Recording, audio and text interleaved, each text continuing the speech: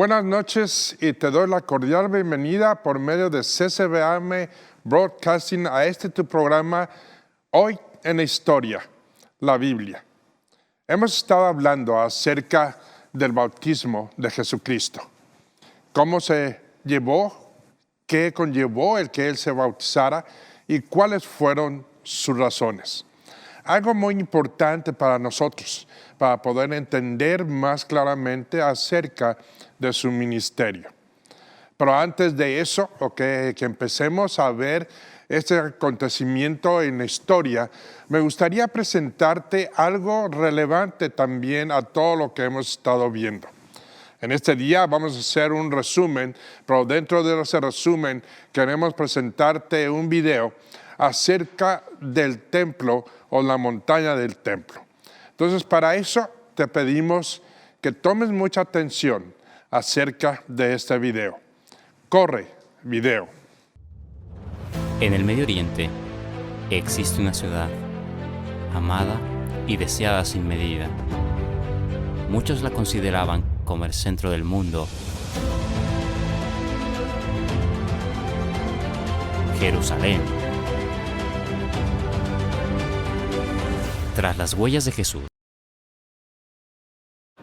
Hoy visitaremos uno de los lugares más importantes de la historia bíblica y de las principales religiones del mundo. El lugar donde un día estuvo el Templo de Salomón y donde hoy se encuentra la Cúpula de la Roca, lugar de adoración de los musulmanes, conocido también como el Monte del Templo.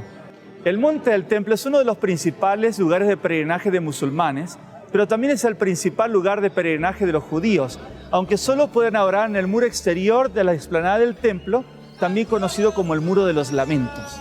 También es una gran atracción turística para los cristianos. El Monte del Templo es una colina que desciende abruptamente de norte a sur, elevándose por encima del Valle del Cedrón al este y del Valle de Tirio Peón al oeste, y su pico alcanza una altura de 740 metros. Aproximadamente el año 19 a.C., Herodes el Grande extendió la meseta natural del monte, cerrando el área con 4 muros de contención masivos y llenando los vacíos. Esta extensión artificial resultó en una gran extensión plana que hoy forma la sección oriental de la ciudad vieja de Jerusalén. La plataforma en forma de trapecio mide 480 metros en el oeste, donde nos encontramos, 470 metros al este, 315 metros en el norte y 280 metros en el sur, dando un área total de aproximadamente 150.000 metros cuadrados. El muro norte del monte, junto con la sección norte del muro occidental, está escondido detrás de los edificios residenciales. El muro oeste es el lugar más visitado por los judíos y que vemos aquí, y en donde se encuentra el Muro de los Lamentos.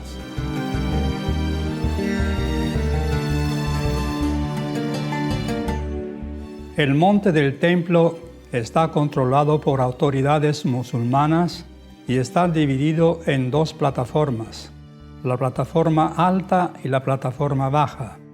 En la plataforma alta está construida la cúpula de la roca o domo de la roca con su cúpula dorada, donde se dice que se encuentra la huella de Mahoma en la piedra, la que dejó el profeta cuando, según la tradición, levantó el vuelo en su caballo alado que lo llevó a la presencia de Alá. Se dice también que se encuentra una roca que se cree fue utilizada por Abraham para construir el altar en donde iba a sacrificar a su hijo. Técnicamente, la cúpula de la roca no se considera una mezquita, pero sí es un lugar de culto para el Islam. Debajo de esta roca existe una cueva llamada la Fuente de las Almas. Después se encuentra otra cúpula pequeña en la misma plataforma llamada la Cúpula de la Cadena. Se asciende a la plataforma alta por varios escalones ubicados en diferentes lugares. Algunos arqueólogos creen que los escalones que se encuentran en la parte noreste forman parte de una escalera mucho más grande y en parte destruida que perteneció al segundo templo, construido por Zorobabel. En la plataforma baja se encuentran la mezquita Al-Aqsa en el extremo sur del monte del templo, cubriendo la mayor parte del ancho del área. Jardines cubren la parte este y norte de la plataforma baja. En la parte norte también se encuentra una escuela musulmana, la fuente de agua Al-Kas para la oblación. Originariamente las aguas eran traídas a través de un acueducto que venía desde Belén, de la fuente de Salomón. Toda esta área se identifica hoy con el término árabe Al-Haram al-Sharif. El novel santuario, o también es conocida como explanada de las mezquitas, o para los judíos, el monte del templo. Debajo de la plataforma baja se encuentran varias cisternas. Se cree que algunas de estas cisternas tenían conexión con el altar de sacrificio del segundo templo, como también con la fuente de bronce. Algunas de estas cisternas tienen una capacidad superior a los 2,5 millones de litros de agua. Se encuentran 11 entradas al monte del templo, 10 para los musulmanes y una para no musulmanes, en donde pueden entrar en días y horarios limitados. Debido a las diferencias religiosas y políticas, en el monte del templo no se han realizado muchas excavaciones arqueológicas, pero se realizó un proyecto de zarandear la tierra que fue extraída de construcciones realizadas en el lugar por las autoridades musulmanas. En esta búsqueda se encontraron más de 4.300 monedas de diferentes periodos, principalmente de la época anterior a la destrucción del segundo templo por las legiones romanas en el año 70. También se encontraron muchas puntas de flechas babilónicas con más de 2.500 años de antigüedad, de la época de la conquista de Nabucodonosor. Además, se encontraron partes de cerámicas que estaban en los pisos de la corte del templo, mencionados por el historiador Josefo.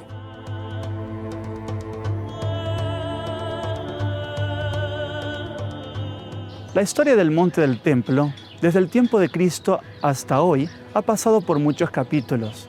Después de la destrucción del templo en el año 70 después de Cristo por los ejércitos romanos, el emperador Adriano de Roma construyó en el monte del templo, en el año 130 después de Cristo, un templo dedicado a Júpiter, con una gran estatua de Júpiter y una gran estatua de Adriano como dios. En este lugar se realizaron sacrificios de cerdos en honor al dios Júpiter.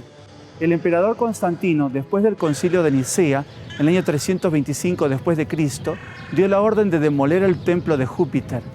Posteriormente, se cree que se construyó una iglesia o un monasterio en base a los descubrimientos arqueológicos encontrados en el área. En el año 610 se dio otra vez el área al control judío, quienes iniciaron la reconstrucción del templo, pero poco después, en el año 615, otra vez quedó el área en manos de los persas. Los persas dieron el control del monte del templo a los cristianos, quienes destruyeron la construcción judía.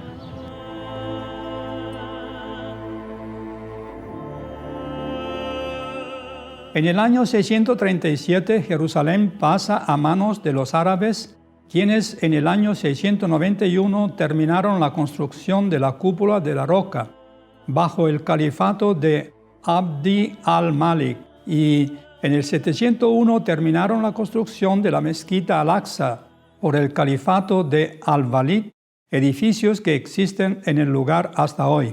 Cruzadas católicas retomaron el control de Jerusalén en el año 1099 y utilizaron la mezquita Al-Aqsa como el templo de Salomón.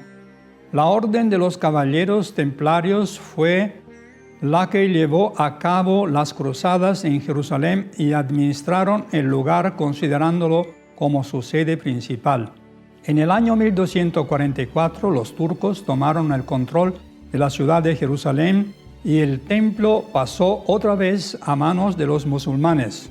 Fue seguido de conflictos bélicos hasta que finalmente en el 1516 el monte del templo quedó en manos del Imperio Otomán, con una gran influencia musulmana hasta el día de hoy. En 1757 se aplicó una regulación llamada status quo para los lugares santos de Jerusalén que sigue vigente aún hoy. Este status quo dice que no se puede prohibir el ejercicio libre de la religión, pero también mencionaba que los lugares musulmanes permanecerán bajo el control musulmán. Debido a altercados que han surgido por dichas visitas, en muchas oportunidades se ha limitado la entrada de los judíos al monte del templo. De la misma manera se ha limitado la entrada en ciertas ocasiones a musulmanes al monte del templo por parte del ejército israelí que controla el área para evitar conflictos. En las últimas décadas se han realizado varios intentos de parte de judíos extremistas de destruir la mezquita de Al-Aqsa, pero han sido infructuosos. El área sigue viviendo constantes tensiones, especialmente entre judíos y musulmanes, por tener el control de la misma.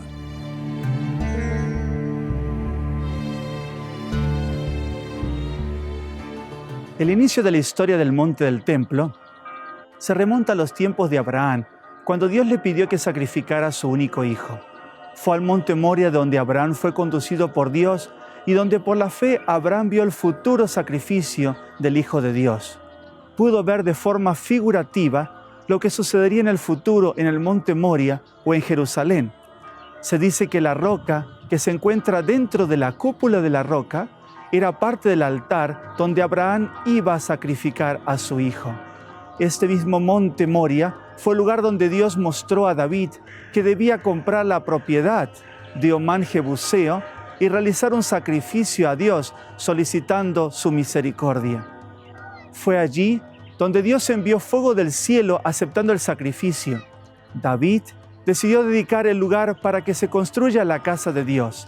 Esto lo encontramos en 1 de Crónicas capítulo 21. David estaba avanzado de edad y Dios le indicó que su hijo sería el que edificaría el templo. David había derramado mucha sangre en guerras y su hijo sería un embajador de paz. Y así fue. Salomón inició esta magna obra. En 2 de Crónicas capítulo 3 versículo 1 leemos: Salomón comenzó a edificar la casa de Jehová en Jerusalén, en el monte Moria, donde él se había aparecido a su padre David, en el lugar que David había preparado en la área de Omán el Jebuseo. Gran gozo hubo cuando llegó el día de la consagración del templo. En 2 de Crónicas 7:3 leemos: todos los hijos de Israel vieron descender el fuego y la gloria de Jehová sobre el templo, y se postraron con el rostro en tierra sobre el pavimento, y adoraron y dieron gracias a Jehová, diciendo: porque Él es bueno, porque para siempre es su misericordia.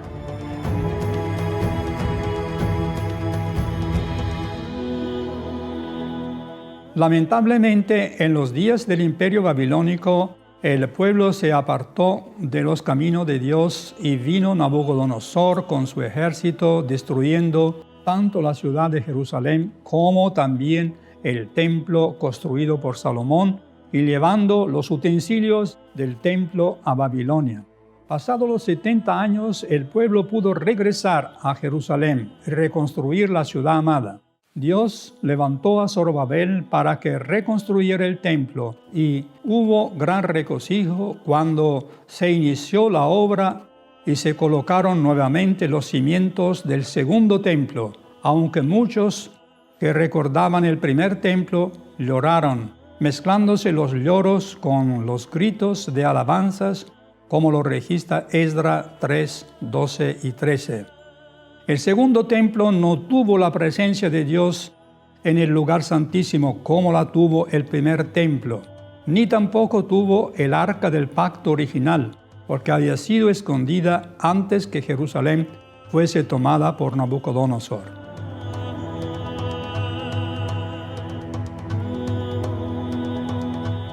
Existe una promesa especial para el segundo templo. El profeta Ageo en el capítulo 2, el versículo 9 escribió: la gloria de este último templo será mayor que la del primero, ha dicho Jehová de los ejércitos. Y daré la paz en este lugar, dice Jehová de los ejércitos. Fue en la época del segundo templo cuando Cristo realizó su ministerio terrenal en Jerusalén. Cristo vino para traer luz a los judíos y mostrarle el verdadero camino al Padre. En 2 oportunidades limpió el templo del sistema formal que habían instituido los sacerdotes. Jesús utilizó su voz en el templo para traer esperanza y paz a un pueblo sumido en tradiciones y costumbres. Cristo, el Cordero de Dios, fue sacrificado en el Calvario. En el momento de su sacrificio, el velo del templo se rasgó, dejando un claro mensaje que terminaba el sistema ritual. Cristo llenó de gloria al segundo templo con su presencia y ministerio. El pueblo judío tuvo muchas oportunidades, pero las rechazó. Por 2000 años han peregrinado al Muro de los Lamentos, uno de los principales lugares del judaísmo, un área de 60 metros de largo, remanente del segundo templo, lamentando la pérdida del templo y de la ciudad amada. Su principal plegaria es volver a adorar en el monte del templo y la llegada del Mesías. El Mesías, Jesús, el deseado de todas las gentes, no está en la tumba, vive. Hoy desea morar en el templo de nuestra vida. Abramos nuestros corazones para no perder la oportunidad de experimentar el poder de la transformación y poder llegar al monte de Dios, la Nueva Jerusalén, la ciudad santa, la ciudad celestial. Apocalipsis capítulo 21, versículos 2 y 3 nos dice: «Y yo vi la santa ciudad, la Nueva Jerusalén que descendía del cielo de parte de Dios, preparada como una novia, adornada para su esposo. Oí una gran voz que descendía del trono diciendo: He aquí el tabernáculo de Dios está con los hombres, y Él habitará con ellos, y ellos serán su pueblo, y Dios mismo estará con ellos como su Dios». Regresamos contigo, de haber visto este video extraordinario acerca del monte del templo. Pero ahora vamos a hacer un poco de resumen, y vamos a regresar acerca de hablar en prospecto del bautismo de Jesucristo. Tenemos que recordar que 6 meses antes de Yeshua fuera identificado por Juan como el Mesías en su bautismo, Juan ya había comenzado un ministerio de predicación y había anunciado la venida del Mesías, que estaba muy, muy cerca para ellos. La gente debería prepararse para la recepción de este Mesías. Prepararse para el Mesías significaba hacer 3 cosas primordiales. La primera, hacer un arrepentimiento genuino, y volver a Dios. La segunda, creer en el Mesías, creer en el mensaje de que el rey y el reino estaban por venir. Y 3, afirmar públicamente el propósito del arrepentimiento y la fe de la predicación del reino al ser bautizados por Juan. Pero ¿qué en realidad significaba todo esto? Tenemos que recordar, como habíamos hablado anteriormente, que había 5 tipos de bautismo en ese tiempo. Y no solo en ese tiempo, hasta hoy día seguimos teniendo ese tipo de bautismos dentro del judaísmo. Y es importante conocerlos. ¿Por qué? Porque esto era una forma de identificación entre la persona que sea bautizada y lo que iba a emprender o su misión. Estos bautismos son los siguientes. Primero, cuando una persona se coronaba como rey. Cuando iba a asumir su posición o su puesto como rey de Israel, tenía que ser bautizado para poder él mismo comunicarse con la gente y poderse encontrar en un término en el que él daba su vida por ellos. 2, cuando un rabino se graduaba. Cuando decimos que se graduaba, estamos hablando de alguien que se preparaba precisamente para traer y expresar la ley mosaica. Y no solamente eso, pero también guiar en una forma u otra al pueblo de Israel hacia la justicia. 3, cuando un hombre se convertía a judaísmo. Okay, mucho de eso ha tomado muchas preguntas, o controversias.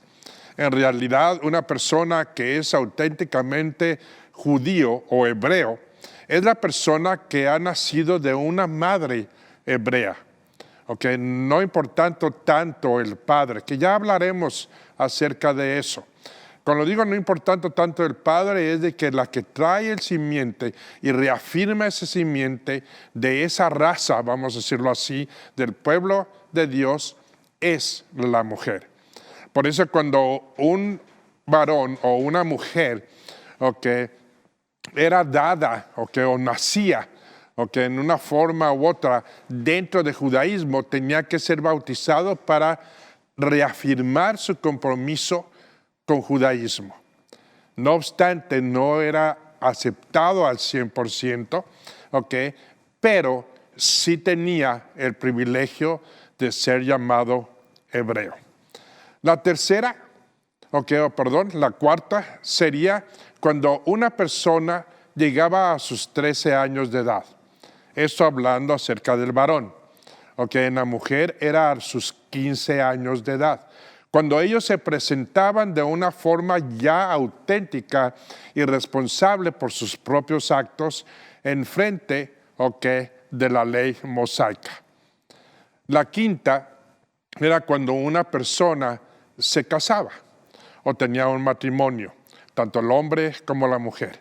Eran bautizados y en esa forma ellos se identificaban dentro de ese matrimonio. Dicho eso, podemos decir que en el bautismo de la iglesia, no se identifica con la muerte, sepultura y resurrección del Mesías según Romanos 6. Cuando digo se identifica, no estoy diciendo que no se identifica, pero cuando se identifica, con Romanos 6 nos dice que es una forma en la que tú y yo, al recibir a Cristo, firmamos o afirmamos nuestro compromiso con Él. Que eso vamos a estar viéndolo al final de esta historia. En el caso del bautismo de Juan, regresando a las Escrituras, que fue el bautismo del arrepentimiento, aquellos que fueron bautizados por él se identificaron con el mensaje de Juan y así se preparaban para aceptar al Mesías. Cuando decimos aceptar al Mesías, también estamos hablando acerca de aceptar la venida del reino, o del rey, que también trajo mucha confusión dentro de la mentalidad judía, que también vamos a estar hablando acerca de eso. Aquellos que fueron bautizados por Juan se identificaron con el mensaje del arrepentimiento, y también se identificaron con la preparación del reino. Por lo tanto, el bautismo de Juan no es lo mismo que el bautismo de la iglesia. Y es algo que vamos a estar viendo. Pero es importante entender por qué Jesucristo tenía que ser bautizado. Y cuando digo tenía que ser bautizado era porque tenía que cumplir algo que vamos a estar viendo a continuación. Juan reconoció que Yeshua era el Mesías y no necesitaba arrepentirse. No tendría necesidad de volver a Dios. Y cuando digo de volver a Dios es porque ella tenía una relación con el Padre y es a lo que él venía, a restaurar esa relación con su creación.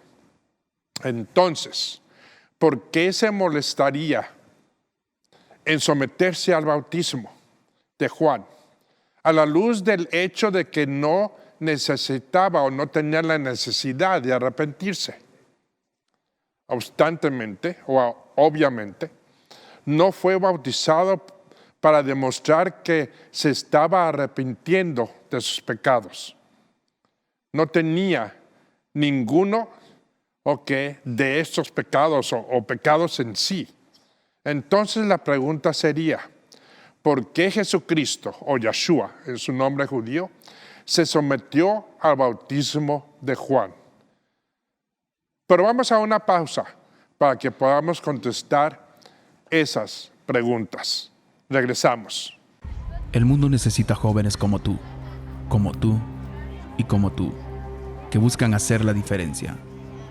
Queremos ir contra la corriente y romper patrones establecidos.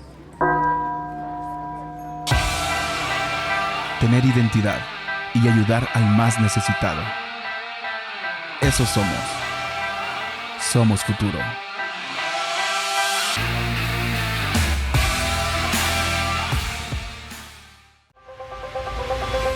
Fortaleza en la familia y en la sociedad es la mujer. De su bondad nacen valores y virtudes para enseñanza de otros. Por eso, CCBM Master Seminary te invita a ver Mujeres de Hoy, para aquellas mujeres que buscan crecer y marcar la diferencia en su comunidad. Todos los viernes a las 10 de la mañana, aquí en tu canal. Regresamos. Dentro del propósito del bautismo de Jesucristo, o Yeshua en su nombre hebreo, hay 6 razones que podemos encontrar.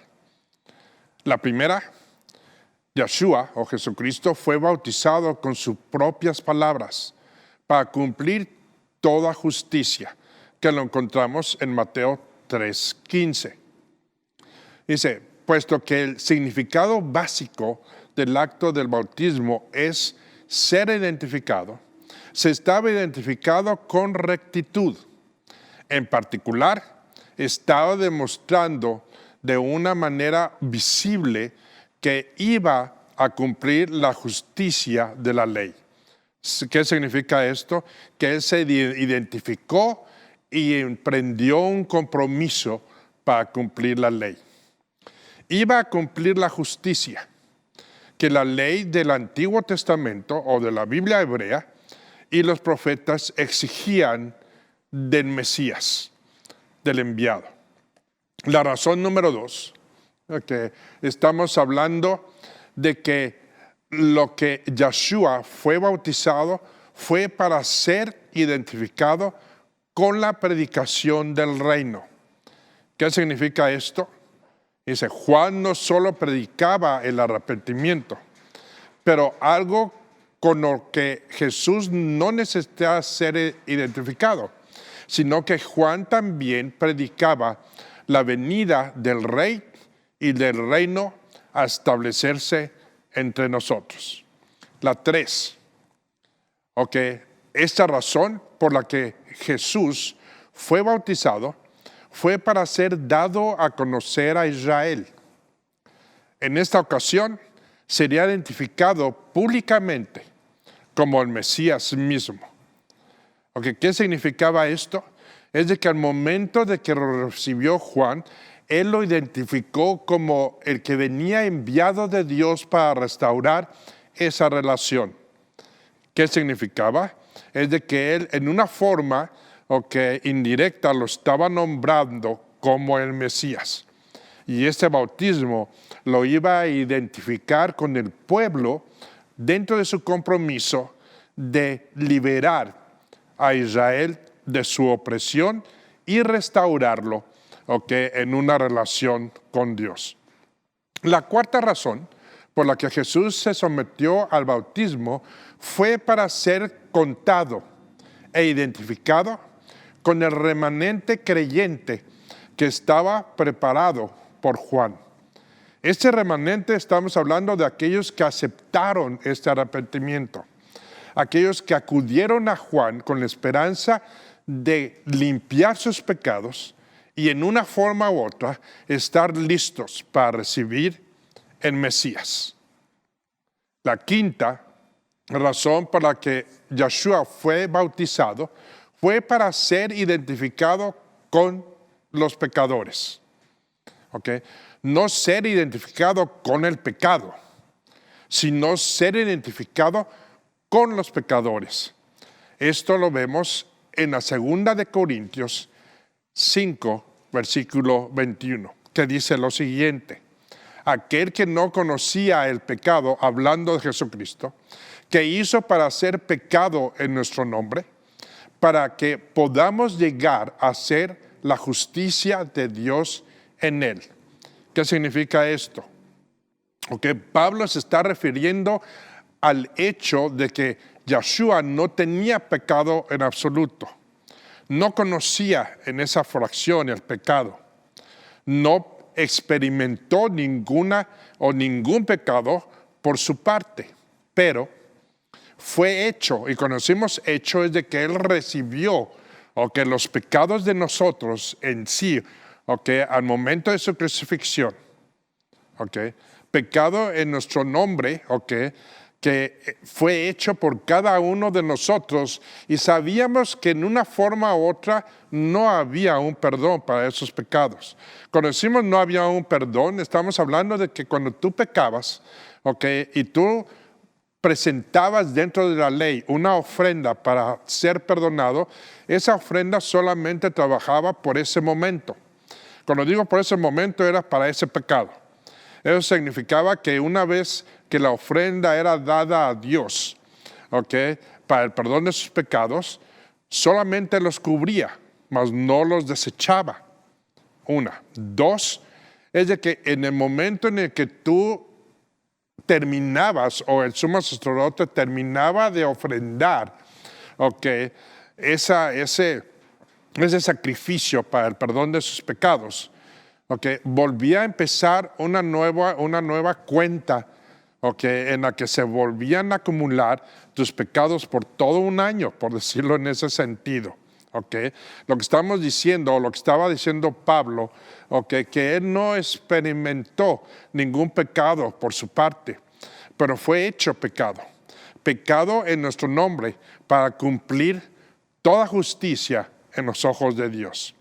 Para cumplir con toda justicia se convirtió en pecado.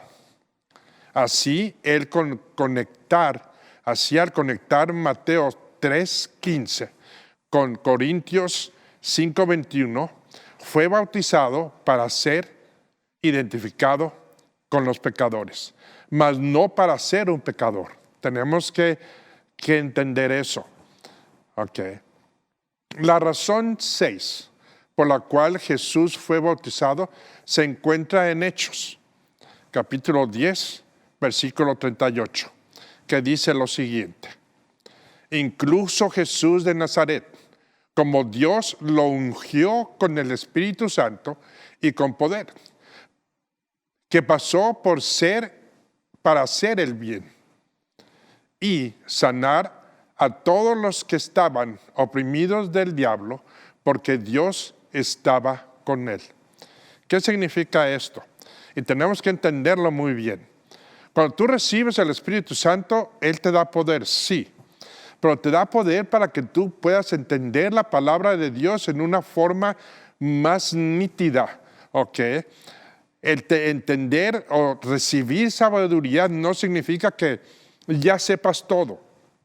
Simplemente el Espíritu Santo te va a guiar para poder identificar lo que es verdad y lo que es falso.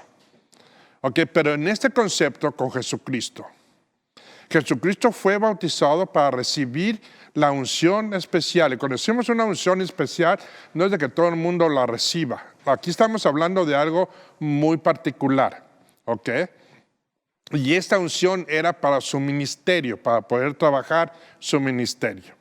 La unción del Espíritu Santo significaba en ese momento es de que el Espíritu Santo venía a Jesucristo y se iba a establecer en él por todo el tiempo que iba a estar con nosotros. Recuerda esto: en ese tiempo Jesucristo estaba bajo la ley. Y cuando hablamos que estaba bajo la ley, estamos hablando acerca de que Él tenía que obedecer, respetar y trabajar la ley mosaica. ¿Qué significaba eso? Como lo sabemos por escritos, dentro de la Biblia hebrea o el Viejo Testamento, sabemos que el Espíritu Santo era dado por Dios a su complacencia. Cuando decimos a su complacencia, estamos hablando acerca de que Dios decía quién lo recibía y por cuánto tiempo lo tenía. Inclusive, Tenemos un salmo en el que David le pide a Dios que no le quite o le remueva el Espíritu Santo de él. ¿Por qué? Porque él sabía que el Espíritu Santo no era una promesa de establecer dentro de él por siempre, sino que era algo que Dios daba a su complacencia y quitaba a su complacencia. Pero en este instante, dentro de Jesucristo, la palabra nos dice que el Espíritu Santo vino a morar en él. Y por eso hablamos de una unción. Unciones no se dan en todas partes, ni es una cosa que la iglesia puede estar ungiendo personas por todas partes. No es así. El que te selecciona y el que te unge es Dios para cosas específicas. No estamos hablando profecía, no estamos hablando milagros, no estamos hablando cosas que tú vayas a hacer por tu propio, por tu propio albedrío. Son cosas que Dios te va a hacer capaz de hacer, en acorde con su voluntad. Y aquí también actúa en esa forma en Jesucristo. Tienes que recordar que cuando Jesucristo se bautizó en su forma humana, como hombre, no como Dios. Eso significa que Él necesitaba la ayuda y necesitaba el poder del Espíritu Santo para caminar en justicia. Entonces, por eso decimos que Jesús fue bautizado para recibir la unción especial para su ministerio, la unción del Espíritu Santo. Puesto que fue en su bautismo que el Espíritu Santo se le dio a Jesucristo, conectando lo que sucedió en el bautismo con Hechos 10:38, está claro que fue en esta ocasión que recibió la unción o recibió al Espíritu Santo, para poder culminar su misión, que era lo que iba a empezar. Entonces, tenemos que ver, algo que es muy importante, y que tiene dos enfoques dentro de lo que estamos hablando. Pero estos dos enfoques los vamos a tratar en un momento más. En este momento vamos a corte, por un momento y regresamos. En momentos de incertidumbre, cuando tu fe necesita fortalecerse, queremos estar ahí para ti. Aprendiendo Juntos, un programa diseñado para brindarte el conocimiento necesario que traerá convicciones firmes en tu caminar con Cristo. Miércoles a las 9 p.m. y sábados a las 8 p.m. CCBM Master Seminary, más que teología, el camino a Jesucristo.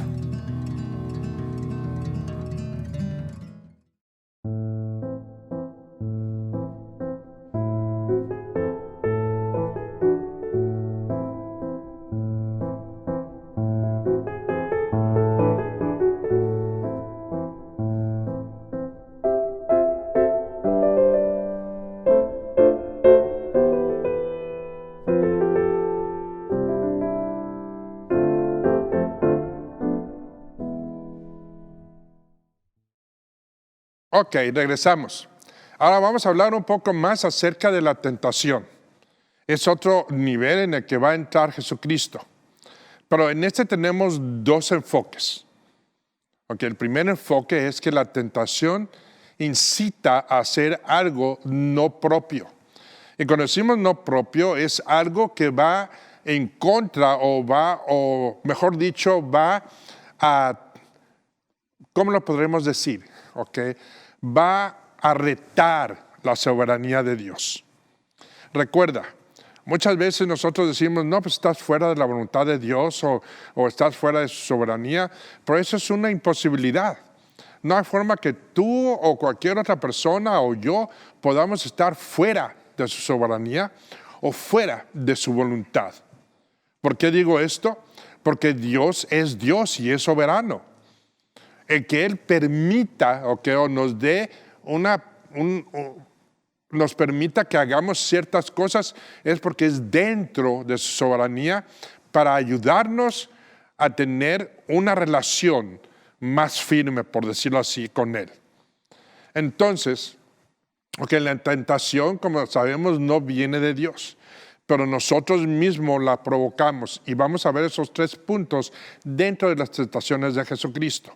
Y cuando decimos la provocamos es de que nosotros incitamos a hacer algo que no está dentro, de lo permisivo, por la voluntad de Dios.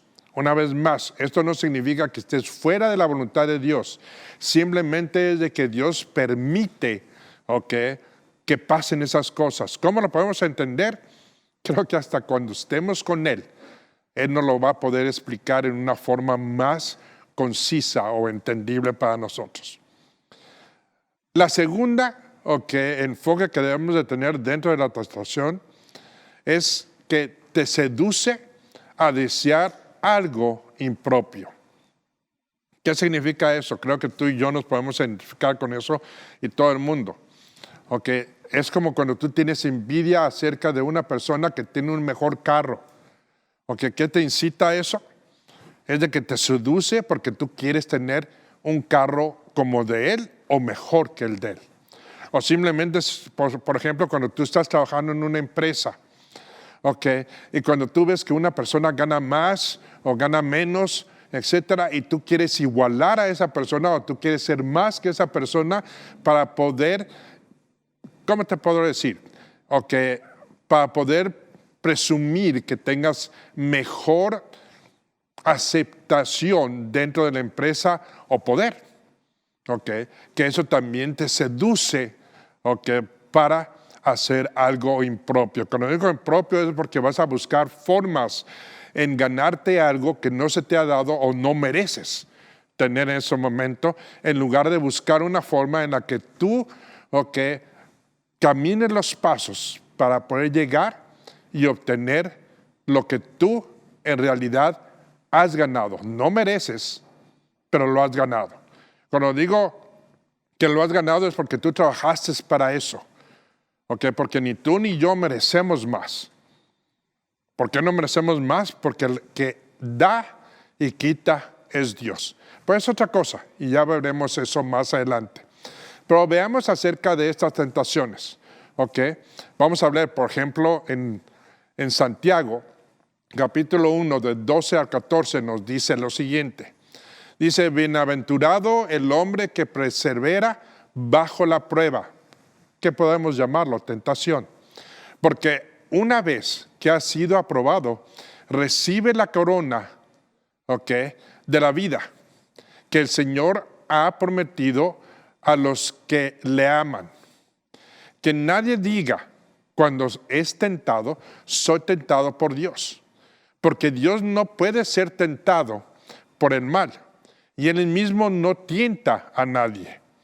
Sino que cada uno es tentado cuando es llevado y seducido por sus propias pasiones. Lo que estamos hablando anteriormente, porque la tentación tú y yo la provocamos, no es algo que Dios nos dé, y eso es dentro de nuestros deseos. Y deseos podemos hablar de muchas cosas. Desde querer tener algo que no es propio hasta, vamos a decirlo así, algo que se puede llamar inclusive vanidad. Pero vamos a estar viendo eso dentro, de las tentaciones de Jesucristo. Si vemos Hebreos 4, de 14 al 16, nos dice lo siguiente, y estamos hablando de esto para identificar las tentaciones de Jesucristo y las formas en las que nosotros también somos tentados. Hebreos 4, de 14 al 16 nos dice lo siguiente. Teniendo pues un gran sumo sacerdote que trascendió los cielos. Cuando estamos hablando trascendió los cielos, el único que bajó del cielo a la tierra es Jesucristo o Yeshua. Dice, los cielos, Jesús el Hijo de Dios. Retengamos nuestra fe. Fíjate lo que dice aquí. Retengamos nuestra fe. Está diciendo esto porque el escritor de Hebreos le está diciendo a los judíos, o que le está escribiendo a los judíos creyentes, que no hay forma de que regresen a su antiguo yo. Su antiguo yo significa de que ellos aceptaron a Jesucristo, dejaron la ley, se acercaron a la gracia, entraron a la gracia y no hay forma de regresarse, que es la pregunta que ellos estaban haciendo. Pero vamos a ver eso también. Fíjate lo que dice aquí. Dice, porque no tenemos un sumo sacerdote que no pueda compadecerse de nuestras flaquezas. ¿Qué significa? Que Él las tuvo también. Él las vivió, Jesucristo las vivió dentro de su humanidad. Sino uno que ha sido tentado en todo como nosotros, pero sin pecado. ¿Sí? Por tanto, acerquémonos con confianza al trono de la gracia, para que recibamos misericordia y hallemos gracia para la ayuda oportuna. Cuando decimos la ayuda oportuna, estamos hablando de Dios. Siempre y cuando nosotros estemos dentro, y te vuelvo a decir, no podemos estar fuera, pero usamos ese término, dentro de su voluntad, que no estés, ¿cómo te diré? Que no estés teniendo una guerra entre su voluntad y tu voluntad, o que estés tratando de forzar tu voluntad sobre la voluntad de Dios. Eso significa estar dentro o estar fuera. Entonces estamos diciendo aquí que cuando tú estás dentro de la voluntad de Dios, Dios te va a ayudar y te va a apoyar para que puedas obtener y hacer todas esas cosas que tu corazón desea, porque van a estar dentro de la voluntad de Dios. ¿Difícil de entender? Sí. Pero vamos a hablar de todo eso, cuando regresemos en nuestro próximo programa. La tercera es la primera de Juan, del capítulo 2, versículo 15 al 17. Y cuando decimos acerca de esto, hablamos y decimos esto. Dice, no améis al mundo ni las cosas que están en el mundo. Si alguno ama al mundo, el amor del Padre no está en él. Porque todo lo que hay en el mundo, la pasión de la carne, la pasión de los ojos, la arrogancia de la vida, no previene del Padre, sino del mundo. Y el mundo pasa, y también sus pasiones. Pero el que hace la voluntad, y lo vuelvo a repetir, el que hace la voluntad de Dios permanece para siempre. Vamos a hacer esto. Habrá hablado de esto para podernos identificar con lo que vamos a estar hablando el próximo programa, que nos vamos a adentrar precisamente en esas tentaciones de Jesucristo. Pero por ahorita quisiera que tú vieras este video para que te lo grabes, y hablemos de él la próxima clase. Entonces vamos a ver este video acerca de las tentaciones de Jesucristo. Corre, video.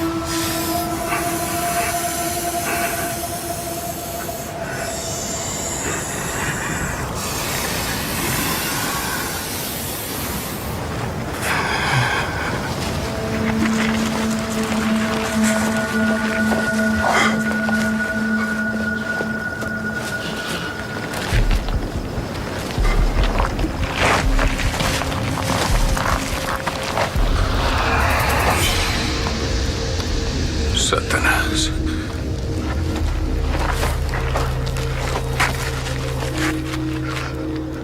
Si tú eres el Hijo de Dios, ordena que esta piedra se convierta en pan.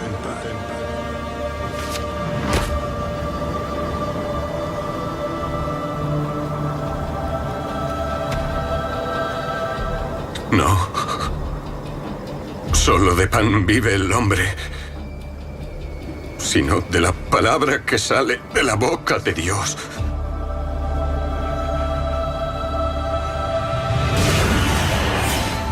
Si Dios te ama, arrójate. Sus ángeles te levantarán con sus manos. ¿Cómo osas poner a Dios a prueba?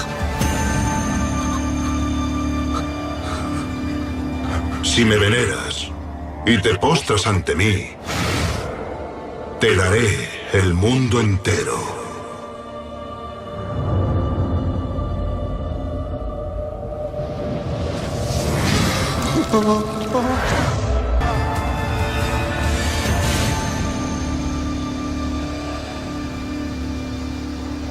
Apártate de mí, Satanás.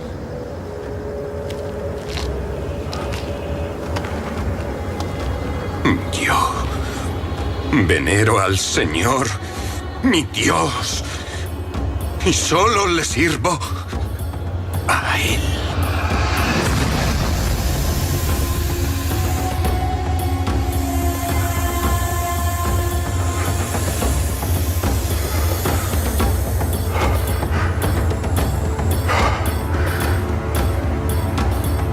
Jesús resiste las tentaciones de Satanás y se prepara para emprender su misión. Regresamos. Interesante video, ¿verdad? Okay. Así te lo podrías imaginar, qué es lo que pasó con Jesucristo. Pero vamos a hablar de eso y cada una de las tentaciones dentro de nuestro próximo programa.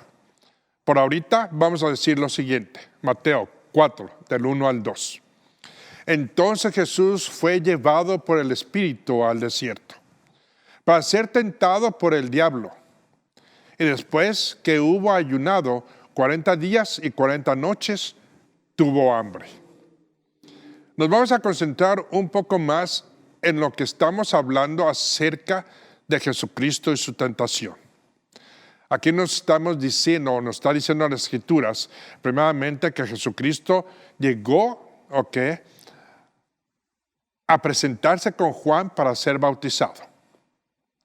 Sabemos, las razones por las que Juan, o Jesucristo más bien, fue bautizado. Sabemos que hay 5 razones, que tenía judaísmo dentro del bautismo. Primero, cuando era una persona coronada como rey, cuando un rabino era graduado, cuando un hombre se convertía a judaísmo. Dice, cuando una persona, un hombre, un niño, que llegaba a su edad de adulto a los 13 años, o una niña a los 15 años, que se presentaba dentro del pacto de la ley, y cuando una persona, o una pareja, se casaba. Eso es una de las cosas que tenemos que recordar. 2, la primera razón por que Jesucristo fue bautizado es porque Él tenía que cumplir la justicia de Dios. 2, la segunda razón, decimos de que Él se tenía que identificar con la predicación del reino, la predicación de Juan del Bautista. 3, tenemos que recordar esto, que Él sería identificado públicamente como el Mesías mismo. 4,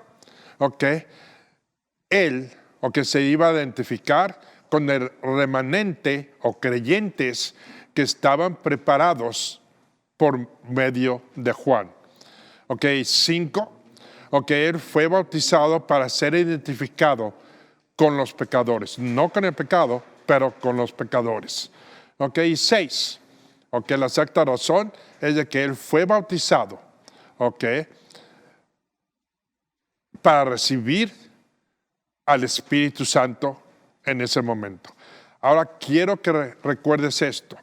Jesucristo cuando decimos que para recibir al Espíritu Santo no estamos hablando de que tengas que ser bautizado para salvación. Son 2 cosas enteramente distintas. En este contexto estamos hablando de que Jesucristo está primero dentro de la ley mosaica, no ha entrado la gracia. 2, tenía que haber un compromiso y una identificación con Dios, que Él fuese el Mesías. Tenía que cumplir con esos requisitos. 3, que Él tenía que reafirmar su compromiso con Dios. Algo que vamos a estar viendo ya en concreto en nuestro próximo programa. ¿Qué significa esto? Y quiero que lo tengamos muy acentuado. Para recibir el Espíritu Santo, lo único que tú y yo necesitamos es creer en Jesucristo, tener un arrepentimiento y aceptarlo como Dios, hombre, en nuestras vidas. ¿Sí? 4, no es un requisito el bautismo para recibir al Espíritu Santo. Esto solo pasó para Jesucristo o con Jesucristo, por lo que Él iba a ser el inicio de su misión. Y tenía que pasar en esa forma porque era requerimiento dentro del Viejo Testamento, en el que estaba viviendo bajo la ley, que Dios en su abundancia o a su abundante amor daba a quien quería dar el Espíritu para empoderarlo, para hacer cosas extraordinarias. Esto tampoco es una cosa de magia o una fórmula. Simplemente lo ayudaba a entender su misión dentro de este mundo. Y con eso me voy a despedir. Me voy a despedir diciéndote, ten confianza en lo que Dios está haciendo en tu vida. Pero no esperes algo extraordinario dentro de tu caminar con Cristo en su inicio. Cuando digo extraordinario, nada extraordinario va a pasar. Simple y sencillamente lo más extraordinario, que no hay un reflejo, es que Jesucristo te dará paz en tu vida.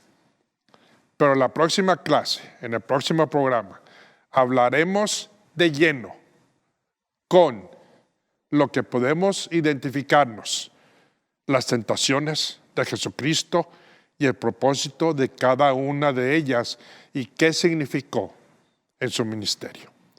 Por ahorita nos despedimos, deseándote que estés en Cristo y que seas y recibas grandes bendiciones. Bye.